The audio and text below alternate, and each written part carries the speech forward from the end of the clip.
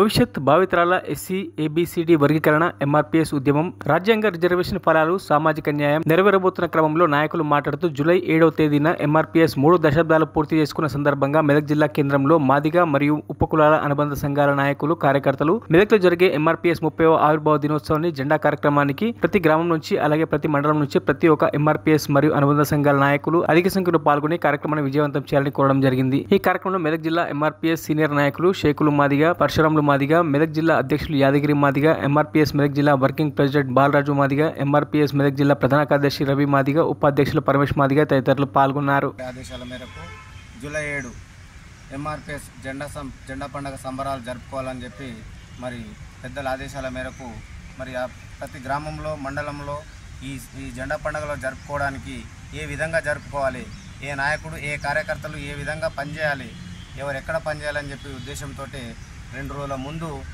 నూతన జిల్లా MRPS committee ఆధ్వర్యంలో జిల్లా సమీక్ష సమావేశం నిర్వహించడం జరిగింది।